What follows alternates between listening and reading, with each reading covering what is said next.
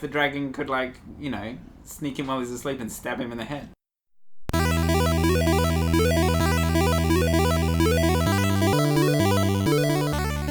Hi, I'm Alan. And I'm Russell. And this is Popculture Pontification. The show where we talk about TV shows and books and more books. It's a bit book heavy. Yeah. What we really need to do is, just get it on file. I mean, I don't suppose. I already have it on file. Get it on file, that beginning bit, up until, and this is a show that we talk about, and then cut that, and then we start the podcast with you just going random words. So we just start the podcast. We start the podcast with you going TV. TV and books and something. Yeah. It'd save me actually no time because it's not like I ever have to edit that bit. Yeah, and then I'd have to edit it together. I'd have to put it back in. Really, let's not do that. More work for yourself. I'm really making more work for myself. Let's not do that. Plus, we can't then riff on it. That's true. Yeah. We could, but we'd be riffing on you flubbing some sort of line right out of the gate about what we're talking about.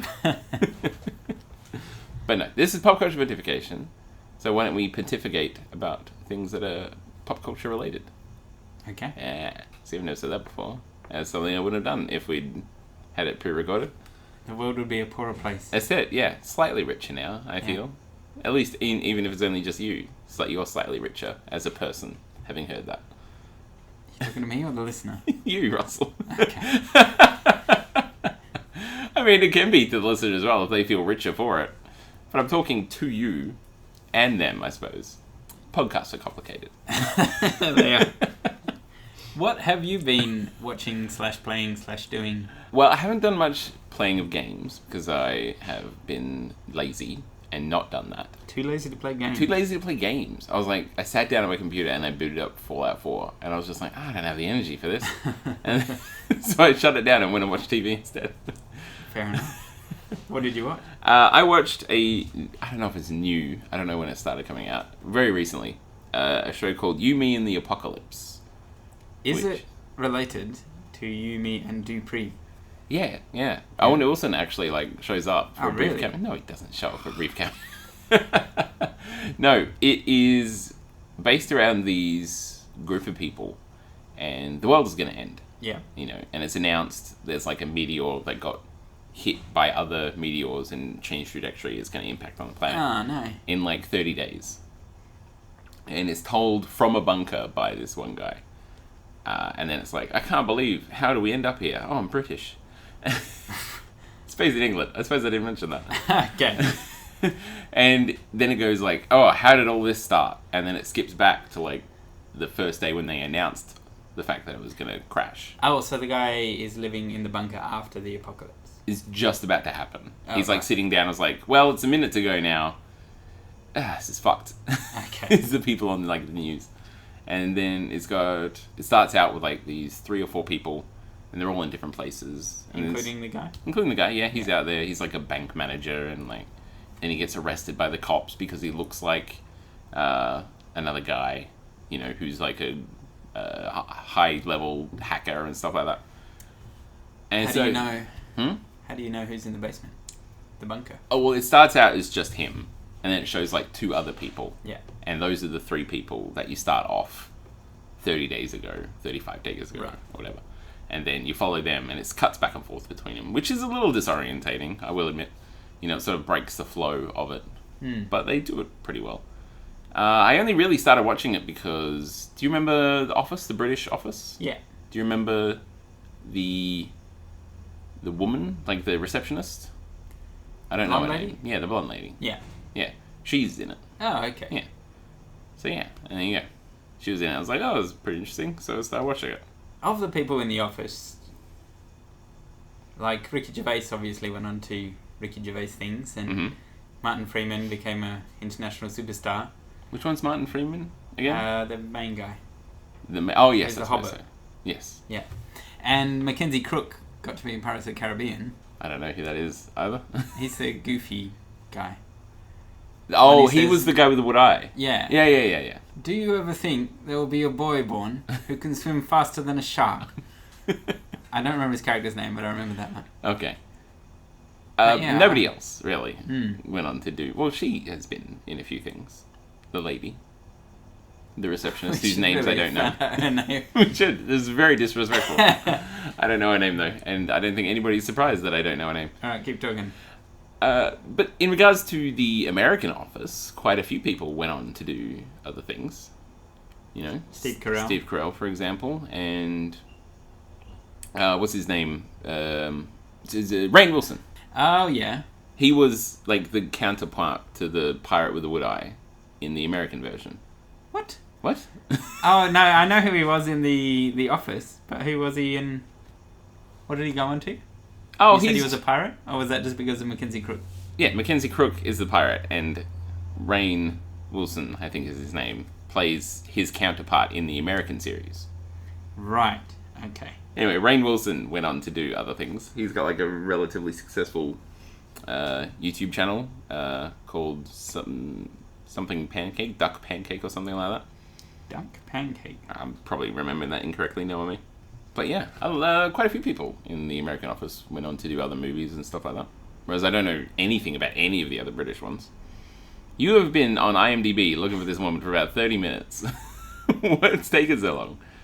I couldn't remember her name. Or Why didn't you just go to The Office and then look at the actors? I am there. It took you like 30 seconds to get there. We're not moving on till we find out who it is. All right. It's too disrespectful. We're gonna figure this out. It could be this lady, but Show me not a picture. in Yumi and the Apocalypse. How about I look up Yumi and the Apocalypse? Maybe I'm thinking of it backwards. Maybe she was in the British version. Maybe she was in the American version. What if I got it all back to front? Russell, I think I got it back to front. I think she's in the American version of The Office. In fact, now I'm almost 100% certain she's in the American version of The Office. Yeah, she's in the American version. I got The Office part, right? Should we start the whole podcast over? No, it's fine. Jenna Fisher is Jenna the Fisher, there actress you go. you're thinking of.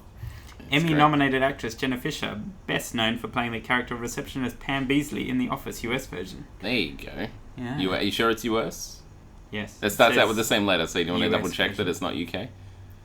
She was born in Fort Wayne, Indiana. Ah, that makes sense. Yeah. You sure it wasn't Fort Wayne, Liverpool, or anything like that? Yeah, I'm pretty sure. You're pretty sure? Yeah. Alright, fair enough. She was also in Blades of Glory and Hall Pass. Yeah. So, I don't remember. I've career. seen Hall Pass, but I don't remember her in it. I wonder if she was one of the wives. Potentially. What was that movie about? It was about these guys who got a hall pass to go sleep with other women from their wives because, like, their relationships weren't flowing too well. You know, they were like hitting a rough patch, and then they're like, "Oh, well, I gave my husband a hall pass, and we've never been stronger." And then these other women are like, "Hall pass." And it's all about them going out and trying to get laid and stuff like that. It's a Seems truly like an insane idea. It's a truly terrible movie, Russell. I see. But you know, I don't remember her in it, so there you go. Okay, now that we have established the identity of this actress. God, I hope she doesn't listen to the podcast. That would be very embarrassing. Well, if she does, and she blasts us on Twitter. Oh, look at all those the retweets. publicity, Yeah. Maybe we should just go down the path of constantly insulting actors and actresses, and You people should. have got like high follower counts on Twitter and stuff, and do it purely for the hate clicks. Kanye West, suck my balls. See, now he's an angry person, so if they got back to him, that'd be a Twitter war right there. It would be. But Yeah. he's got like 1 billion followers. Yes. I don't think any of them will be in our demographic. So. You never know. That's probably some. I certainly don't follow him on Twitter. No. You don't follow hardly anyone. I follow about 10, 15 people. Yeah, exactly. Even that I find difficult to keep up with. Like every now and then you check in once every 6 months. I go and check in. I was like, how far back do I have to scroll to start reading from where I left off? Get out of here. Not happening. So anyway, what do you think of You forgot the name that of apocalypse show? it. You, Me, and the Apocalypse. Yeah. I've only seen about 3 episodes so far. How many are there? I think it was 10 or so, which is pretty stock standard for a British show. Pretty sure it's British. Most of it's set in Britain. Most people in it are British actors. Not Jenna Fisher. Not Jenna Fisher, though, who has a weird accent, and I thought she was putting on an American accent. But it turns out that's just her normal voice. So, yeah. It's pretty good. I'd recommend watching it. Yeah. Yeah. I don't think I've ever brought anything up on the podcast and not finished it off with like, yeah, I recommend it. Yeah, if it's your sort of thing. If it's your sort of thing, go for it. This is very controversial statements I make. It is. If you like this sort of thing, maybe you'll like it. Yeah. Maybe you should watch it. Unless you're Kanye. In which you're Kanye. case, suck my balls. Suck Russell's balls, yes. I wonder if he'd be good at sucking balls. Probably. I wouldn't care to comment. Well, you want him to do it, so you gotta have some sort of opinion on this. I will withhold judgment. Oh, don't like throw any scandals rumors out there until you get the experience. Exactly. And then you can report back. Yeah. That'd be a great segment of the podcast. So I just got back from, that very expensive hotel, and have I got a story for you? So what have you been watching? You been watching anything? Well, I've been trying to find time to play Psychonauts. Mm-hmm. And priority one right there. Yes, when I have been playing it, my girlfriend has been watching a show on Netflix called Zoo. Yes. Which I took to be a happy, cheerful sort of show about people running a zoo. Yeah. People running a zoo, but something happens to the animals. And some animals escape into, the metropolis and start killing people. So they have to go and, capture them. Oh, but where's the lion hiding? Nobody knows. Oh, it's in an orphanage. Oh, this is the worst place it could be. No, St. Mary's Orphanage for parents who died by animal attacks. Yeah. It's very traumatic for everybody. It's also a very specific orphanage. It is. But in this city, you need that kind of orphanage. Yeah, this is a very lackluster security-wise zoo. It's very open plan. Too open plan. There's no walls or gates at all. Yeah. You're not too far off. I didn't see the very start of it, but from what I understand, there is some sort of virus or genetic who's-a-what's-it, which has sent all the animals berserk. And so lions and tigers and house cats and bats and pigeons are just rampaging around killing people. So every animal? Not every animal, but many different kinds of animals. Each episode seems to focus on a different animal. If it turns out to be people. every animal, then what are the statistical odds that humans aren't affected by this? Seems very unlikely. I think there are some people who are affected by it, but werewolves, only particular individuals. Werewolves and vampires. There is one guy who he has sort of the Jesus facial hair and long hair combo, and he hangs out with wolves, and he was a serial killer who killed hunters, so he certainly has werewolfish tendencies. Lycanthropic tendencies. Let's go with that. Well, you could go with werewolfish. I'm fine with that as well. I'm not sure that's in a the word. Oxford Dictionary. Yeah, in the correct vernacular. Yeah. But this show is... It sounds ridiculous. Very silly. It sounds ridiculous. Because I don't care, you could put me in a pit with, 20 deranged house cats. Yeah. I'll come out alive. I'll be scratched up a bit, but even with just not even the normal advantages I would have if I was set upon them in the wild. Just hands and feet. I'm pretty sure I could take out 20 house cats. How would you go about it? I'm not going to describe that, Russell. It's very morbid. Tiger is listening. Yes, my cat is nearby. So I don't want to give him any ideas. No. I don't know what he's plotting. I'm not giving away tips and tricks here. The other animals, if they can't take on a person one-to-one, they go about it in more surreptitious ways. Are these they're guerrilla warfare type. This is ridiculous. How intelligent has this virus made these animals? Apparently very intelligent. In one it's like a bunch of mice set up a loophole trap. Human hanging around upside down. Yeah. We have got you now. In one episode, there's these two researchers living on an Antarctic base, which is powered by solar panels. Okay, so this is worldwide. Yeah. This thing. Yeah. Right. And these bats. Apparently, bats Antarctic survive bats. in Antarctica. They descend on the base and they cover the solar panels. It's ridiculous. So that the electricity goes out. And then what? So the electricity has gone out. They'll freeze to death before anything bad happens to the humans inside the base. No, the humans freeze to death, and then the bats fly away. It's unclear how the bats survive in sub-zero temperatures. For the amount of time it takes for the entire building to freeze and kill the humans, who are warm-blooded. The bats outside in the cold wind and snow. Seem to be fine. This is a stupid show, Russell. I didn't say it wasn't a stupid show. But it is mildly entertaining. Having said that, you get 3 or 4 dogs, I'm out of luck. I can't take down dogs. Well, that depends. One-on-one, I think I could take down a dog if it wasn't, deranged. Miniature poodles. Oh, miniature poodle. Probably be okay. Destroy him. Yeah. What are they going to do? Yip at me? But, German Like Shepherds. two German Shepherds will fuck me up. Yeah. I can't take out 2 German Shepherds. No. Unless you're like Arnie in True Lies. That's true. Those 2 dogs attack him and just BAM! Heads together. Yeah. That was a movie, though, so... Yeah, that was a great movie. That was a good movie. Yeah. That's all I've had time to watch this week. Peripherally watch a terrible show about deranged house cats. It was... I feel that I need to educate people about what this show is about. Because I was expecting a feel-good family show about zoo animals. And, the chimpanzee's sick today. Oh, and Sarah's pregnant. What are we going to do? Oh, no.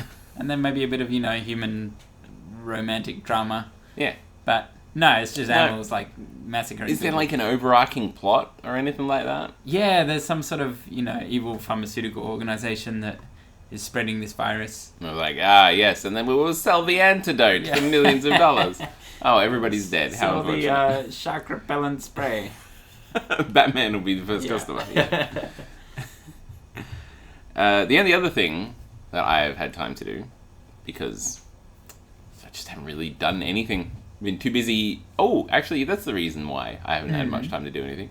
Is I have spent so long converting all of our podcasts into videos. Yes. And then uploading them to YouTube. Such a time-consuming process. It takes so long.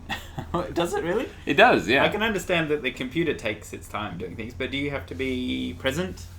Well, once I get it, it takes me about a minute to line it up, because all it is our icon in the background of a white background, and then occasional interleaved frames of porn. Yeah. But just like a fraction, like a 1 frame. Yeah, so I think we'll get away with it. Yeah. It's just me with my dick out. Then text. How about that? And the next one is my phone number. No.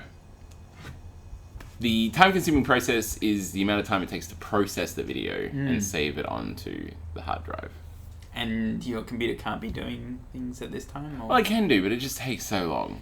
And, it's doing stuff in the background. And I can go do other stuff, but I'm like, maybe if I go play a video game, it'll take up too much of the RAM, and that'll make it not happen and stuff, or I'll have to do it all over again.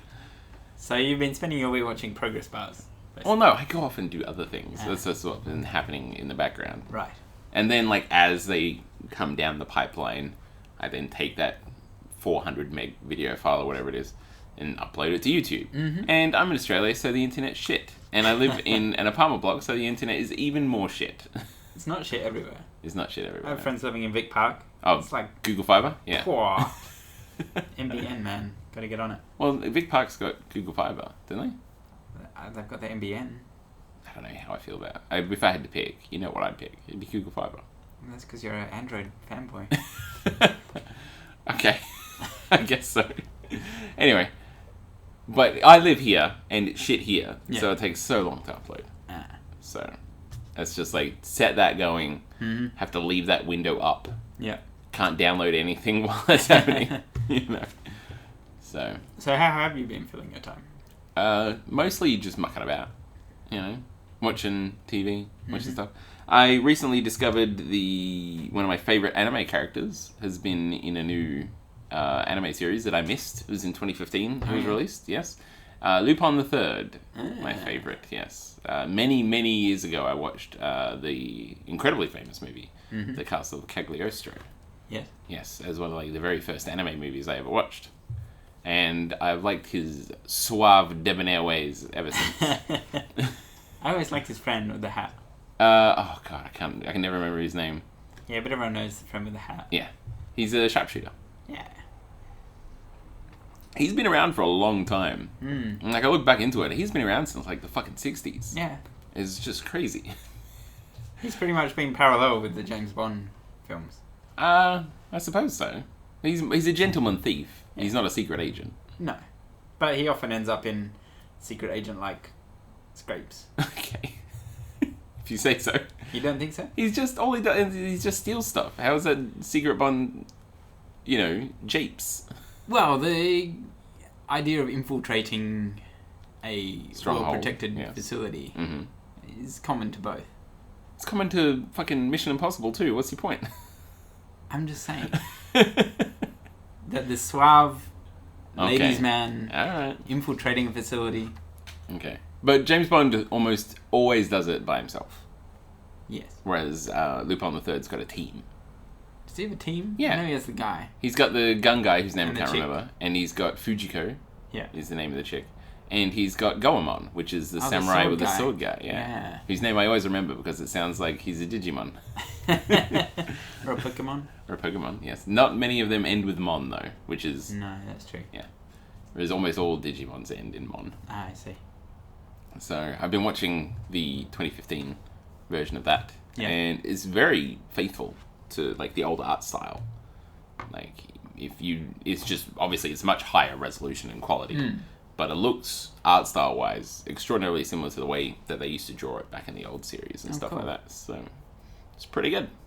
And is it half-hour shows? Or? Yeah, standard anime stuff, 20-minute shows, half hour, 25 minutes or whatever. Is it plot arcs or is it all resolved in the episode? It's usually sort of standalones, but, it's pretty much what his style is, Yeah. He goes like, I'm going to go steal that. And then he sends a note saying he's going to go steal it to the people. And then, how's he going to do it? Oh, he managed it. I really feel like that should backfire on him. It does backfire on him, occasionally. Yeah. He has been arrested in the past. Yeah. But I just feel like they should replace whatever he was going to steal with like a big gun that shoots him in the head. It'd be a very short series. He has been tricked by fakes in the past and stuff like that. But it's always like he knew about the fake. Yeah. And he actually went and got the real one. And the fake one he put back in the box because it was a fake. Oh, it turns out it's got a bomb in it. And it's fireworks go off everywhere and stuff like that. It's a very... It's not like a deep thinking sort of series where you're like, who killed the president? I don't know. Maybe it was that guy. Maybe it was that guy over there. It's not like Hateful Eight. No. But...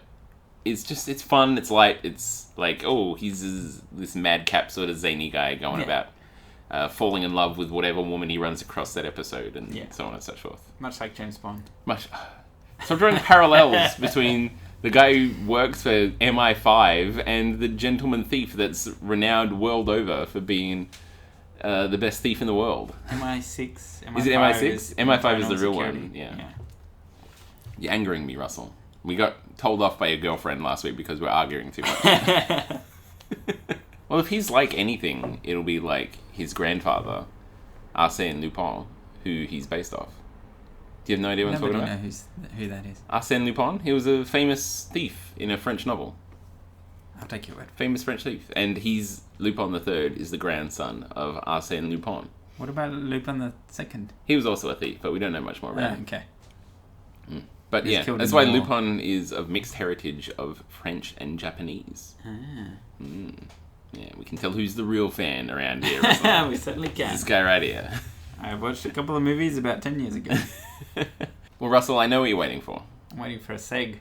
No, you're waiting. You can't. I'm not giving you what you want because I know you want to segue into talking about one of your favorite authors of all time. You want to talk about Joe Abercrombie. Yeah. But we're not talking about him. Why not? Because I refuse to give you what you want. Now you're just withholding. I refuse to give out that sort of power. This is emotional blackmail. Yeah, this is not a healthy podcast relationship. We're going to have to go to podcast counselling. Oh, yeah. All right, we'll talk about Joe Abercrombie. Because you have been reading his Half a series. Half a, yes. Starts off with Half a King, then Half a War, then Half a something. Half the World? Half a World. No, Half the World and then Half a War. Half a World, Half a War, yeah. Yeah. Just, come on, Joe Abercrombie. Make it a bit easier, remember? Yeah, I picked it up on a whim, actually. Oh, yeah? Yeah, there was no premeditation behind it. I just liked the look of the Half a King. And I was like, I read the blurb. That looks pretty good. And I read it, and it was really good. Yeah, it is really good. So I read the rest of them. But you're super upset that I haven't read any of his other books. I am, because I had read all his other books. Mm-hmm. And then... Is he still producing books? Yeah. Okay. This was his most recent series. And so this is cream of the crop. Years of practice now he's had. Before it came out, it was sort of bandied around as his like young adult novels. And so I put off reading it because I thought it would be like, Harry Potter or whatever. Whereas his older books... on the extreme end of gritty fantasy. Yeah. dark fantasy, as it might be called. Yeah. But they still had that element. Mm-hmm. Without all of the sex and cursing. There's not a whole lot of sex, yeah. Yeah. It's alluded to in the series, yeah, but it's never like, oh, and then he penetrated her and stuff like that. Those words don't appear except in regards to swords. Yeah. No, the old books had a bit of that, but although it was graphic, it was always like awkward and messy and... So you never like chubbed out over it? No. You never like polished one off while reading a Joe Abercrombie book? No, I've never done that with any book. Okay. Yeah. Russell needs vivid visual stimulation to masturbate. Just words don't cut it. You must have a terrible imagination. I do. I have a poverty of imagination. Yeah. But what was like, if you had to pick like a series of his books, is he one of those authors that only writes trilogies? Well, he's got 9 novels that I know of. Mm-hmm. There's 3 in the... I think it's the Shattered Sea trilogy. It's the one that you've read. Mm-hmm.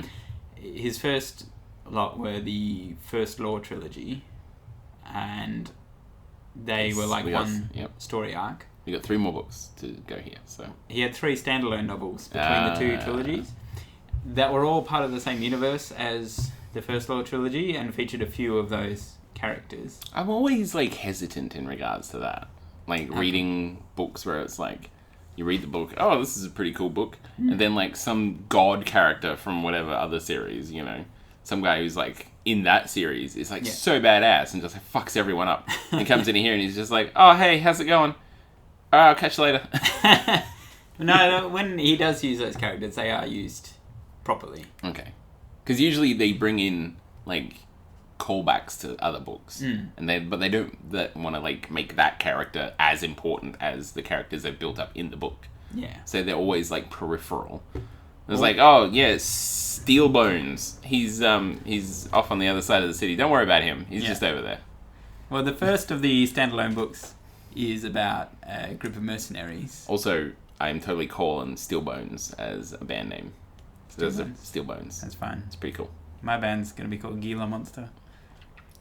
It's really weird that you have that in your back pocket. I've had that in my back pocket since I was like... Is it 15. Gila Monster? Yeah. What's Gila? Gila Monster is like a big lizard thing. Okay. Yeah. Yeah, you sure you don't mean Giga Monster? Yeah, I mean Gila Monster. Is it the name of a dinosaur? Gila Monster. Okay. Look it up. So it's not like a monster in a ghillie suit? No, it's not. Although that would be amazingly deadly. That would be, yeah. You can't even know it was there and then... Wah! Ghillie Monster. I call Ghillie Monster for my band name then. And that one draws in 2 minor characters from the original trilogy and makes them into major characters. Okay. So is the main characters the minor characters from the other one? Yeah. So it's less of a standalone novel, more of a like a breakaway novel. You could read them without having read the first lot. Okay. Because they're all in the first series. It's pretty minor. It's like Jimmy and Timmy, the 2 orphan boys. Yeah. They show up for 3 pages in the entire trilogy. Yeah. But I really recommend you read all his books. Mm-hmm. Because he just has a style that I really like. He does write combat very well. Yeah. Which is something I really appreciate. Which is one of the reasons why I like Brandon Sanderson. Yes. Is because he writes combat very well. He does. Which is not an easy thing to do.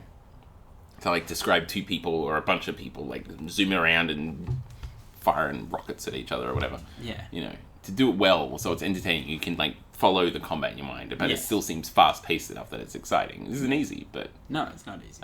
Brandon Sanderson does it very well, which is he's one of my favourite authors. But Joe Abercrombie does a pretty good job of it as well. He does. The thing I like best is how his good guys... Well, you can't even really call them good guys. His protagonists... Everybody's flawed. Yeah. They might seem like good guys, but as the books go on, you realise that the things you're seeing from their perspective are maybe not as they're being portrayed. And then later on, when you see things from a neutral perspective, you realise, oh, this guy who I thought was cool is actually a monster. Yeah, he's actually doing horrible things. Yeah. Who I thought was a bastard is actually doing the right thing. And it really made me think a lot about fiction and how we relate to the characters in books. There's like a real good loop in the Half-a trilogy. Yeah. And I'm not really spoiling anything here, because in the very first couple of chapters of the first book, the main character kills his like a sorceress woman or whatever, like an advisor to the king or whatever, because she betrayed the family and sort of like the city that they were from, the country or state or whatever you want to call it. Yeah. He poisoned her because she organized and gave the enemy information that would cause like the death of his brother or something like that. Yeah. And then right at the end of the series, when he is in that position, you know, he's taken over her position, he does something very similar. Yeah. You know, so it's a real big circle that he wrote into the whole trilogy. Yeah, it's a lot about people like losing their way. Innocence. Yeah, losing their way and their innocence. And realising the terrible things that you have to do to survive, yeah. Yeah. And or to remain in power. Yeah. It's the folly of power. Yeah, basically. But with the previous... Like in traditional heroic fantasy, like, the hero always slays the dragon with his magic sword or whatever. So. But in real life, the dragon could, like, you know, sneak him while he's asleep and stab him in the head. I suppose. There's a very dexterous dragon that you just described. But I it's expected... a D&D dragon that can transform into a human. That's true, yeah, shapeshifting. Yeah. Alright, but all this talk of novels, Russell, I think we need to talk about your idea that you had last week. Oh, yes. Yes. Do you want to take the lead on this? Yes, well, it's an idea that will probably be familiar to people, but if they listen to last week's episode, yes. Or just... to the concept of the idea? Yeah. Okay. I think it's a pretty commonly known It's pretty generic, yeah. A book club. Hey, there you go. We are going to pick a book to read at the start of each month. Mm-hmm. And then Alan and I are going to read it. Correct. And you can read it as well if you want, listener. Mm-hmm. And then at the end of the month, Alan will provide a dramatic reading of the book in its entirety. Yeah. That's going to be like a special one, though. I'll do that separate to the main podcast. Yeah. God, that'll take forever. It'll be like 8 hours long. It would, yeah. It'll be like an audiobook. There you go. I'll start my career in audiobook recording. and copyright infringement. Severe copyright infringement, yes. No, instead we are going to discuss... We'll just do what a book club does. We'll sit down and discuss the book and its merits and flaws and so on and so forth. And you can share your comments with us, your thoughts, your dreams. We'll either do it part of the main podcast or we'll release it as like a little special thing because there might be spoilers. Or we can just do it like right at the end. I think we do it right at the end and we say, look... If you're not interested, just spoilers. Tune out. Yeah. If you wanted to read it, you could have started a month ago. Yeah. And why didn't you start a month ago? Yeah. Fuck you. But yeah, so we went through our various wish lists of books we want to read. Yeah. My 13 to 14 pages of wish list items in bookdepository.com and your 29 items in Goodreads to read list. And we came to the conclusion of reading The Martian. Yes. Which neither of us have read. Yeah. It's really been beaten to death in everything, every aspect of pop culture and online and so on and so forth as the movie came out. Well, yeah, a very popular movie. Very popular book as well. I haven't seen the movie or read the book. Have you not seen the movie? No, I've gone in blind. Russell, I've seen the movie like twice. Was it a good movie? It's a pretty good movie, yeah. That'll probably come up in the, the book review book club thing. Yes, I'm sure it will. Alright, I insist you come up with a better name than book club though. I'm going to come up with a cool name. Not right now, but next week bring me 5 ideas. Forced book review. Except it's not really forced. No. Okay, I'll keep thinking about it. Alright, you brainstorm. Yeah. Not right now though, because I want you focused on what we're doing. But later. I'm always focused. No, you're not. So we're going to review The Martian. Yes. Book by which you can buy on Kindle and there's probably an audiobook out there. I know for a fact that there's an audiobook out there. So get one of the, no doubt, trillions of free books you have on Audacity and go... Audible? What did I say? Audacity is the audio editing. Yep, fair enough. Audible, yes, which is the Amazon shenanigans. How do you get free books on there? I've never got free books. Like so many podcasts and YouTube channels. But you have and to stuff. sign up for a thing. You have to sign up for Audible. I've signed up for Audible. Yeah, and then you just go to the link and it's like, free book, please. You have to send me this link. I don't know what ones are valid right now, but the Game Grumps have done it in the past. Yeah. Like Wheezy Waiter, which is another YouTube guy that you've probably never heard of. Speaking of ads and special offers on podcasts. Sure, go for it. I'm so sick of hearing about Squarespace. Oh, it's everywhere. Yeah, it's ridiculous. They do every podcast known to man.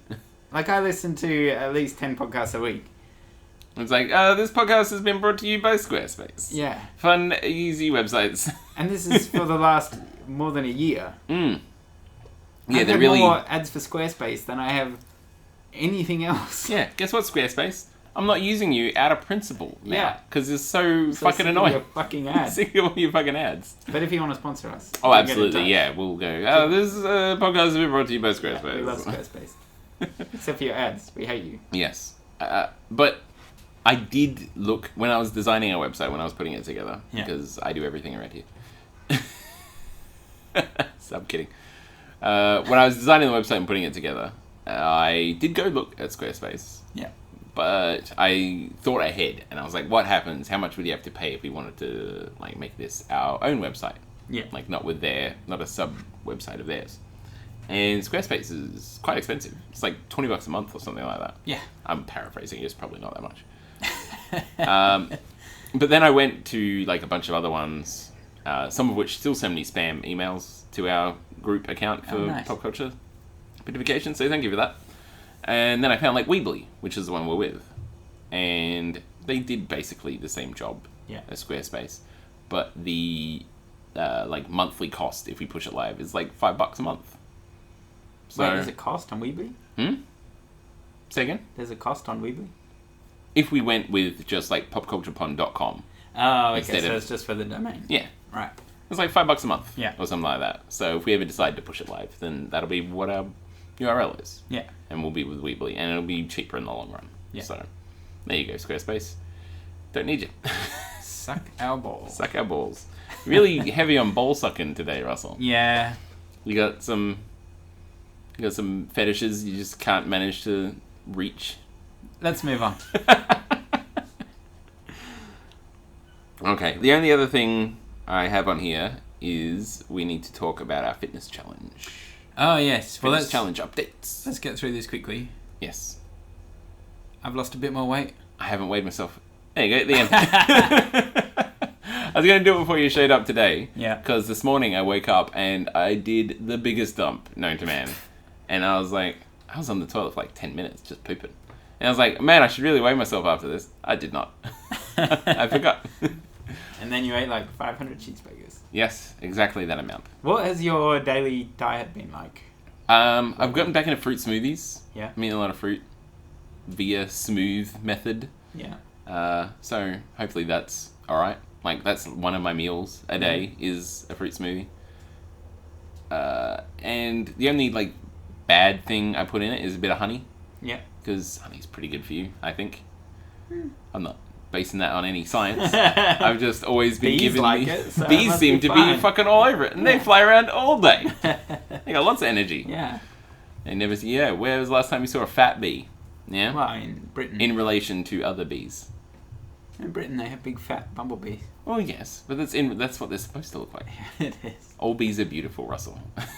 They are big, beautiful bees. I love bees, actually. Bees are like not only super fucking important to the environment and stuff like that. Continued existence of all life. Yes, that's a big part of it. Yeah. But, you know, they make fucking honey. And that's pretty awesome. And they won't sting you unless you're being a dick. So, there you go. This podcast is brought to you by bees. Bees, they're pretty great. This company online actually did, I can't remember the name of it now. They did this, Kickstarter for, like, shipping, like, beehives. Yeah. Basically. And I think they even ship them with, like, bee larvae or something like that. I can't quote you on that. Quote you on that? Quote me or them. Can't quote me. Can't quote anybody on that. But they come through work because I work for DHL. Okay. And a lot of them, all like the people who kickstarted at a certain level, get sent one of these beehives. And it's got the word beehive in it. So customs always put a hold on them, which means they want to have a look inside and make sure there's not fucking bees in there. You know? So I open them up and we got to open them up and have a look inside them. And they just open it up, go, yeah, okay, whatever, fuck off. They're like, just as soon as you open it up, you see that it's like treated wood and there's no fucking bees in there. So they're like fine with it. They send it on its way. But it's super awesome. It's like a box that's maybe it's about 4 foot at its longest side, and then rectangular prism based off of that. Yeah. And they don't waste like a single speck of space in here. It's basically an entire beehive has been collapsed down into a box that big, and then you take it. It's like IKEA, and you just click it all together, and there you go. You got a beehive. Alan, do you have a secret beehive somewhere in this house? I do not, but it would be awesome if I did. And obviously these people are just like, hey, bees are like wicked important. Why don't we sell people beehives? Yeah. And then they can make their own honey, and there'll be more bees around and stuff like that, and it'll be the fucking bee's knees. Yeah? There you go. As I was halfway through that sentence, I was going to say, and it could be the tits. And then I saw a great opportunity to say, it's the bee's knees. It could be the bee's tits. It could be the bee's tits. But anyway, that's a fun thing. I don't know the name of that, but I'll see if I can find it and I'll send it to you. You can put it in the link dump. Yeah, sounds good. Okay. So anyway, that's an aside about how bees are awesome, and I think bees are great. Very selfless. Well, in being selfish, they help everything else. What do you mean by being selfish? Well, they don't make honey and get pollen just because it helps other people. No. But because they want to. Well, that's like saying that cows are dicks because they only make milk for calves. I'm not saying they're dicks, but they aren't making milk for us. They're not being selfless. They're not making milk for us. Because we've enslaved them and then we steal their milk. Yes, but they're not making it for us. No, they make it for their calves. Yeah. Which is selfish. Why is that selfish? Because they are doing it for their own reasons. They're not doing... Selfish is doing something for yourself, though. That's not what cows or bees do. They both make honey for their offspring. Well, now we're getting and into... milk for offspring. The band The Offspring. They're very greedy. Getting into very philosophical territory here. I think doing something for your child is a selfish or a selfless act. Selfless, I would say, because you're giving yourself to the child in some fashion. But is that, like, helpful to society generally? What if your kid's a dick? What if your kid cures cancer? Well, you can't like, I don't think you can base whether something's a selfless or selfish act based on what could happen, only on what you're currently doing. That's like saying, what if bees get infected by a crazy virus and make them want to kill all humans? And then you make a terrible TV show about it. You haven't even watched it. You can't call it terrible. The concept sounds terrible, and that's what I'm basing it off. It sounds ludicrous. It sounds ludicrous, yes. And it is. Yes. It's almost like The Birds. Yes. The movie The Birds. Yes. It's like somebody finally got around to watching that. It was like, what if this was every animal? Oh, I forgot to mention that in the most recent episode that I saw... It was about birds. No, there was a bear. Okay. Which is my favourite animal. You do love bears. Except it appeared to be evolving into some sort of hybrid lizard bear, so that its skin could not be penetrated by tranquilizer darts. Seriously? Yeah. I mean, bears' hides are pretty thick already. I really hope that it's evolving into some sort of super bear that just goes on a rampage and kills everybody. Lizard bear? Yeah. Call that band name Lizard Bear. Lizard bear. Bear lizard. So what do we got? We got Steel Bones. Steel Bones. Well, your one is? Gila Monster. I've got Gilly Monster. Yeah. And we got Lizard Bear. Lizard Bear. This is going to be the greatest lineup of bands ever. Yeah. This is a new Soundwave festival. Yeah, that's it. Too soon, Russell. Too soon. Well, I think we have talked for long enough. So I think it is time for us to move on to a very hotly and long anticipated... Long delayed. Forced review. Yeah.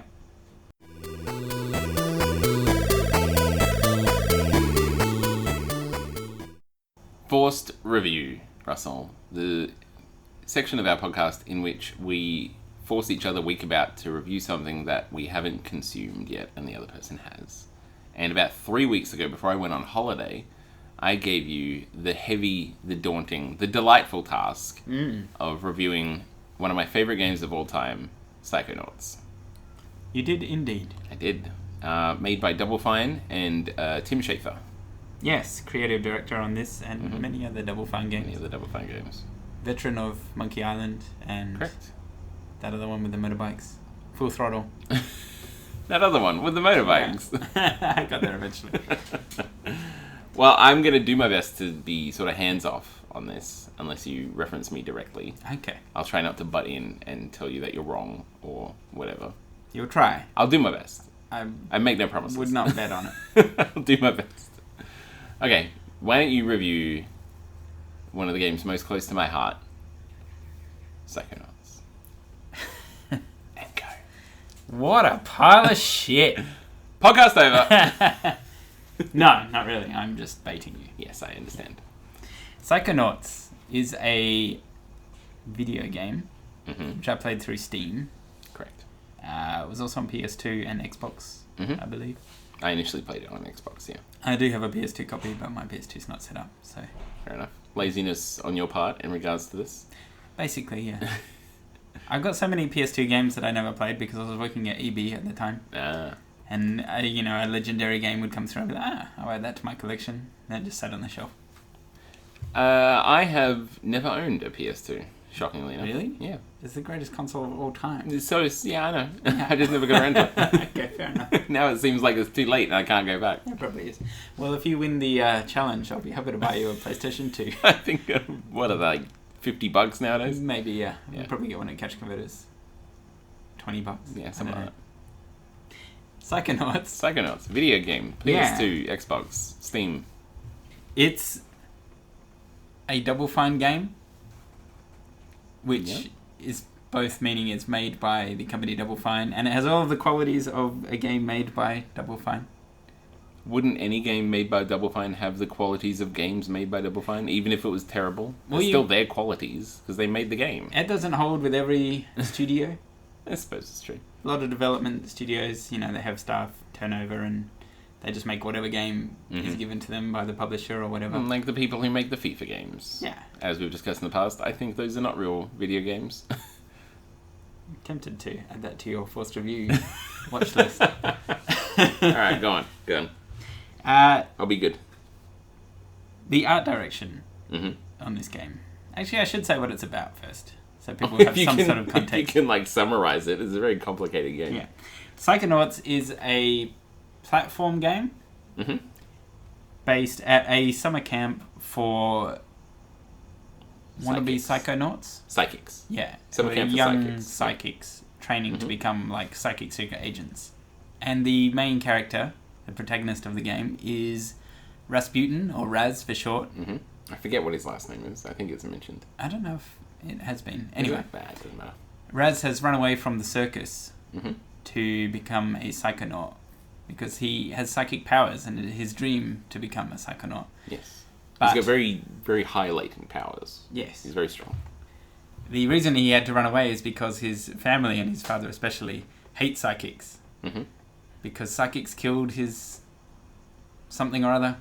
Killed his something or other. That something or other had been in the family for generations. Yeah, the father was deeply wronged by psychics. Okay. And Raz has only until the following day before his father comes to collect him and take him away back to the circus, where he'll have to lift weights to become a strong man or do something other than his heart's passion. Yes. You think a psychic would be a really strong draw at a circus? Yeah, you would think so, especially one with levitation and pyrokinesis. Psychokinesis, Yeah, all sorts of magic powers. But yeah, the art design is really cool. A lot of the game takes place inside other people's minds. And so, for instance, the first level of the tutorial, you're inside the mind of one of the camp instructors who's a military sergeant kind of guy. And so his mind is full of images of war and trenches and barbed wire and guns. It's and shell shock dudes, Yeah. internment camps. Yeah. It's a very heavy game for a child. Well, it's all, it's in a cartoony fashion, so it's it doesn't just get depressing. Or a lot of it, they do it as 2D images. There'll be a plane flying around, but it'll just be a picture of a plane cut out, just going by. Yeah, it's really visually interesting. And it's nice to look It's at. never the same. It's not all the same. It's always changing. Yeah, every other dream you go into, or dream, subconscious, whatever, is very different. One of the other instructors is a 60s femme fatale kind of character, and her mind is a disco party. Yeah. So that one was a fun one. Did you play through her entire level? Yes. Did you find the room with all the fire? No, but when I got stuck at one bit in there, and so I looked up online. Mina, I think her name is. Yeah. Mina find blah blah blah, and the Google autocorrect or autocomplete popped up with Mina secret nightmare level or something. No, basically she used to, as you find out by finding memory reels and stuff in there, used to manage a orphanage. Oh, okay. That got set on fire. Oh God. Somehow, I can't remember exactly how. And all of the children died. Jesus. You know, so there's this one area, if you jump in just the right way, like hidden out in like one of the jumping areas, when you get your big bouncy ball, you go up there and she's like, don't go in there, there's nothing good in there, why would you go in there? Yeah. You go in there and it's all like silhouettes of like people on fire and stuff like that, and like children screaming in the background and stuff like that, so it gets pretty heavy. Yeah. No, I didn't reach. You didn't find that? The nightmare level? Room? No. Yeah. God, that's thrown me now, because she seems so well adjusted and charming. She's got like that buried in there, yeah. Yeah. Anyway. I guess everybody has like deep dark secrets. Everybody's got baggage, as the game points out. Yeah. I guess most of us never like burned down an orphanage. I don't know if she burnt it down. Don't quote me on that. Yeah. The whole theme of it sort of reminded me a lot of a couple of things. One was Inside Out, the recent Pixar movie, which is all about psychic. Yeah. Your psyche. What goes on inside people's subconsciouses. Yeah. Now, the way that he gets into people's brains, I've always found very amusing. The subconscious. Yeah. Where he has like a tiny door that he throws onto their heads. Yeah. And then like psychics himself into the open door on their head. So that, which I always thought was a very good visual way of getting in there. Yeah, there's lots of neat visual stuff like that. And the other thing it reminded me of was Alice in Wonderland. I suppose, yeah, there's a couple of comparisons you could be made there, yeah. A lot of the stuff is just crazy and makes no sense. Yeah. You'll see just random creatures bouncing around and all sorts of weird stuff. Mm-hmm. And you get attacked by sensors who like... Yes, yeah. They're a bit like in Inception, how your mental defenses come out to expel what's not meant to be. And they just like these nerdy little dudes in suits with like big red stamps. They go no. They attack jerks. You. Yeah. Before we move on from the levels, did you get to the milkman level?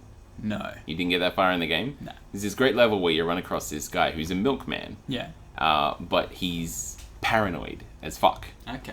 And he's like, oh, the government's out to get me and all that sort of stuff. And you go into his brain, and it's like this floating neighborhood. Right. Like these big floating islands and paths of all these neighborhoods and stuff like that, with all these rooms and stuff like that. But it's entirely populated by these secret agents, right? Mm-hmm. And you'll go up to them, and one of them will be holding like a rolling pin. Yeah. And you'll be like, you speak to them, and they're like, hello, I am a housewife. There's nothing to be concerned about here. Please move along. So, there'll be another guy who has a plunger, and he'll be like, I am a plumber. I fix the pipes. Stuff like that. While dressed as a secret. All he's holding is a plunger, and that's it. And to get past them, if you like try to go past as your base character, they'll just take you out. So you need to go find a rolling pin, and then you, as Raz, will run up and be like, I make pies. And they're like, oh, I love making pies. Please come through. Please pass. So like that. Impenetrable disguise. Yes, it's the best level in the game, and I didn't think you'd get it. It's quite later in the game. Okay. I didn't think you'd get to it. No, I didn't get quite that far. But that does bring me on to my next pro point. Mm-hmm. In favour of the game, is that the sense of humour is really good. Yes. There's a lot of funny characters. I don't think there's many characters who are like cliche sort of characters. Mm. Like all of the campers have their own unique personality and like humour style and all that sort of stuff. I hate the bully guy. Oh, okay. Yeah. He's got like a long thin neck and I just want to snap it like a twig. He gets his comeuppance. Oh, I'm glad. Yeah. I like the little green guy with the tinfoil hat. Yeah. Who's got no brain. Yeah. And then you get the two sort of like camp counselor types who are just like, oh, let's all just have a jolly good time. Did you ever find them? No. No? They're like hidden away, and eventually you find them like up on top of, whenever you interact with them, like they were like, oh, let's just be nice to each other and have good old times. And then you like go away, and then they bring out like a vial of poison between them. They just start laughing and stuff like that. Or they'll have a knife or a noose or something like that. So they're either going to kill themselves or kill other people. Yeah. They're clearly deranged. Yeah. As most of the characters are. So the art direction, the voice acting, and the comedy is all fantastic. Spot on. And I think this game would make a fantastic movie. I'm sensing a butt. There is a but. If this was a Pixar movie, it would be fantastic. Yes. I don't think it'd be for children, but yeah. No. But, unfortunately the gameplay tended to get in the way for me. How do you mean? Like, I found the platforming kind of... I don't know what the right word is, but kind of... Frustrating? Yeah. Because some of the camera the camera doesn't really gel perfectly with where you want to look to make the next jump and stuff like that. Yeah, I think it was the camera where it was positioned. I never was quite sure how far I had to jump, and I didn't know how long to hold down the button and stuff like that. And so a few times I would get to the top of a long sequence of jumps and then go slightly too far over one, and then occasionally he will like grab onto the edge.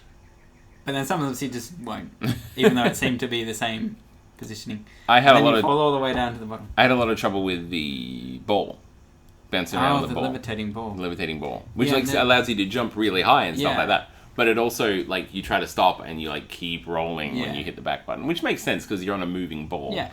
But it did get a little frustrating when you had to like bounce up and jump on like this tiny ledge, just sort of sit there and you're like, oh, I'm on a ball. I did enjoy bouncing on the ball, but like the very start of the tutorial for that bit, you have to jump over a gap, and then you have to jump and float over a gap. Yeah, because you can use it as like a parachute. Yeah, and you have to float through a series of rings. And I had to do that jump like 30 times. I just could not get the timing of it. Are you sure the failing... bump into the ring and fall down. Are you sure the failing isn't you? Well, the failing there was me, but I feel that bit could have been a bit less difficult, because that was by far the most difficult bit of the whole level. Fair enough. So the camera made the jumping a bit difficult for me.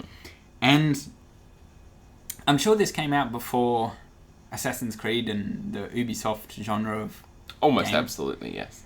But the number of collectibles in this game is it's ridiculous, overwhelming. I had to write down a list because you can collect Psy cards, figments, arrowheads, side challenge markers, scavenger hunt items, and luggage tags. Yeah. Amongst probably other things. Memory figments as well. Oh, I got figments. Oh, you got figments? Did I miss that one? Alright, yeah. Figments was the most frustrating for me. Because there's like 300 in someone's brain. Oh, God. Or something in some of the later stages. I just collected the ones that were obviously in my path. But if you complete the game with like everything completed, then you get like a different ending and stuff like that. So special bonus ending, yeah. Have you done that? I have done that. It took me a very long time. And there's like guides online where like some of the figments are like these little see-through like sketches that sort of fly around the place and all that sort of stuff. So you collect like 90% of them, and it'll say like so and so many out of 300 collected or whatever. And so you know when you've collected them all. And then you will like get to like 199 out of 200 and you just cannot find the last one because it's hidden around like some of them don't move and they'll just like hide somewhere. They're just outlines and they're in 2D. They're brightly coloured, but sometimes they blend in with the background. Yeah, but the background's brightly coloured as well. It's true, yeah. So that aspect is very frustrating. But there's like guides online. It's like, oh, so you're at this person's brain and you can't find the one. It's right here. We know it. Nobody can ever find that one. This is the one nobody can ever find. Yeah. You think that's worse? Later on, you need to find everybody's brains. Oh. Yeah. So where there's have more their brains gone? Out of their heads, and they're in jars, floating around the place. Like Dogen, the little green guy. Yeah. There you go. I see. I would recommend like at least reading the plot. Yeah. Because that's 90% of the game. I would like to play the rest if I can find the time. Mm. But when I said that this is a Double Fine game, what I meant was that the art direction and the writing and all that kind of stuff, humor and whatnot, yeah, is friggin' top notch. Absolutely, yeah. It's great. That's one of the reasons why I love the game. Yeah. But the gameplay sort of lets it down a bit. It's a bit lacking, I guess. But you got to give it some slack in the fact that it was made like 20 years ago. Wow, like 10. 10 years ago. Yeah. I have no idea when it was made. I think it was 2002. Oh, something like that. Yeah. But Brutal Legend is a good comparison point because that had great writing. All of the levels and world and character design was amazing.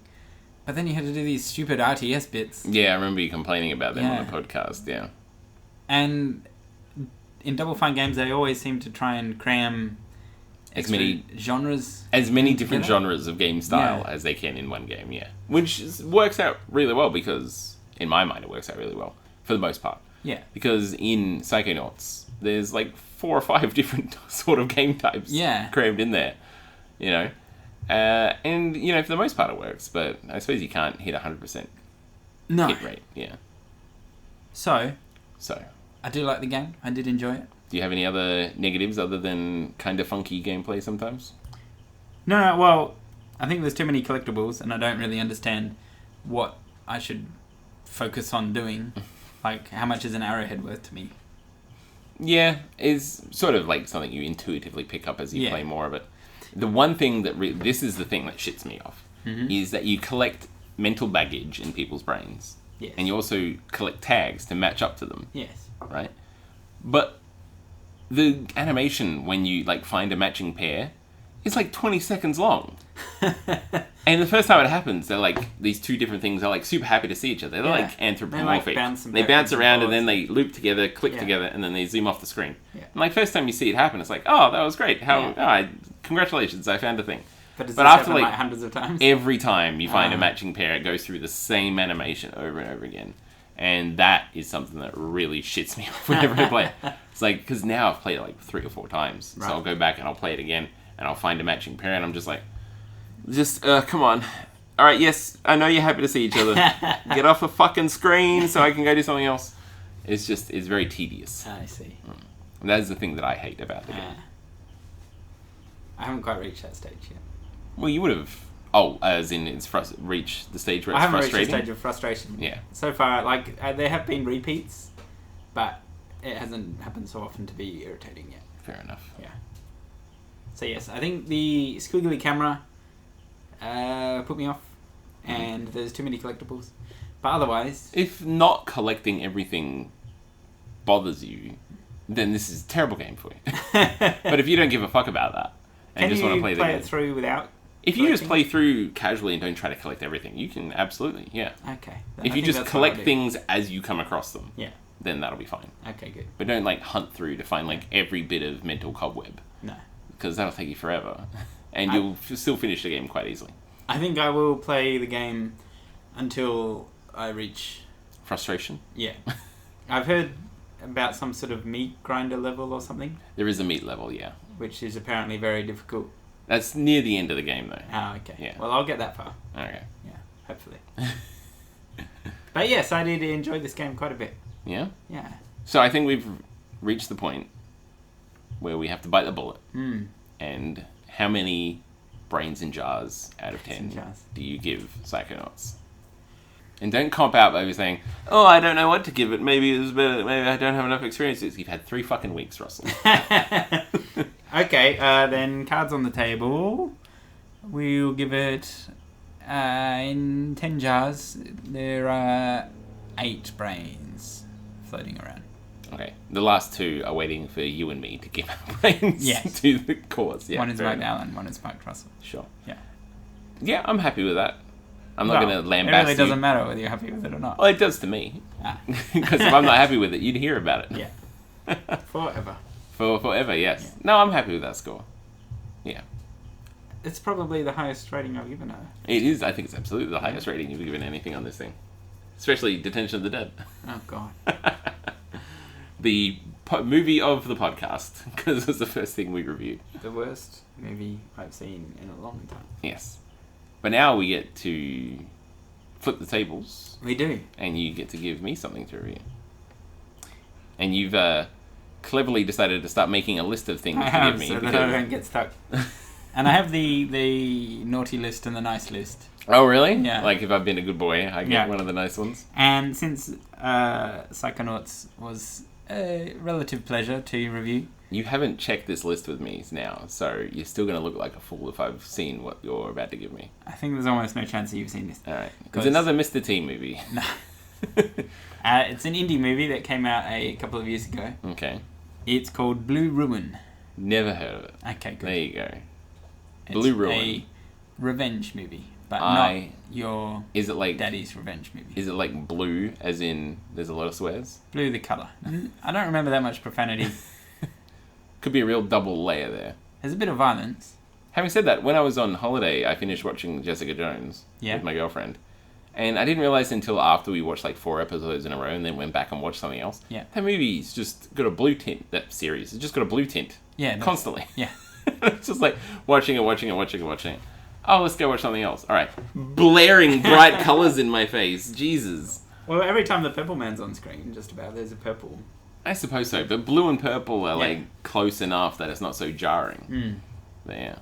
Also, very good series. I suggest you watch it. Yes. Good use of colours. Yes. And the ending was very satisfactory. It was.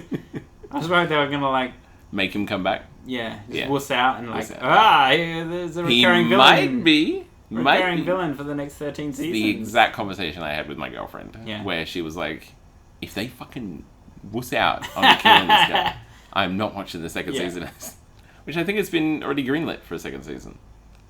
Well, I know it's continuing with the Luke Cage series and then the Defenders mini-series. Mm-hmm. She may show up in Daredevil season 2, and then presumably there'll be another season of this. I thought she'd already been greenlit. I don't know. Anyway. Quite possibly. That wouldn't surprise me. It's very popular. Yeah, and good. And good, yes. Okay, well, I think we've talked for long enough. After the roasting you gave me about the long episode we had last week, after the editing process was still like an hour and 20 minutes. I can't believe it only got down to 90 minutes. There was so much flab in that episode. There was, but I feel like our little arguments back and forth were quite amusing, so I left them in. They're spicing so. Yes, yeah. It's a real character. We're building character development here. Yeah. Yeah. As argumentative pricks. Yes, basically. So, if you've enjoyed listening to this podcast, feel free to email us at popculturepon@gmail.com. I always have to hesitate there because I can't remember what abbreviation of Popculture Pontification I've given to things. Plus, you've said you can email us at, and then you've got to say at. And then I got to say it again. That kind of throws me off. You need to space it out a bit. Anyway, and you can go to our website, popculturepon.weebly.com, where Russell will have a humorous blog post, as he always does. And we're on YouTube now, so you can go to our channel, of which you need 100 fucking subscribers before you can get a unique channel name. Oh, really? So feel free to go there and subscribe to us, even if you're never going to watch our videos, so I can fucking not have just a random string of letters and numbers at the end of youtube.com/. I should probably subscribe. You probably should. So yes, there's links to that everywhere. We've got links all over the place. I've posted on the Facebook group, so you can go there. Facebook.com/popculturepon, at popculturepon on Twitter. Yes, which is also getting automatic. I didn't notice until after I'd uploaded about half the videos that I'd accidentally left the Twitter, like the post I this saw to those Twitter. tweets. Yeah, I was like, post I thought you to were Twitter. just being really proactive. No, it turns out it's the default. I can see. Well, we should probably leave it on. I haven't turned it off. It's the default when like you upload a video that it's there. Okay. Anyway, so I've uploaded all them, and I'm still going through and putting all the annotations on to like previous episode, next episode. Yeah. At the end of it, and all that sort of stuff. So yes, there we go. If you've run out of episodes on iTunes to listen to, you can go and listen again on YouTube. Yes, we've got a couple of ratings. What? Well, one's me. Hmm? One of them's me. On what? Oh, on iTunes. You rated our own episode?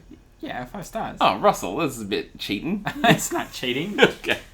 Anyway, well, we've got more than one. Oh, good. We've got a few on there, but feel free to go there. I don't know what the link is. I don't really care. It really just happens automatic. I don't need to pay attention to it. Yeah.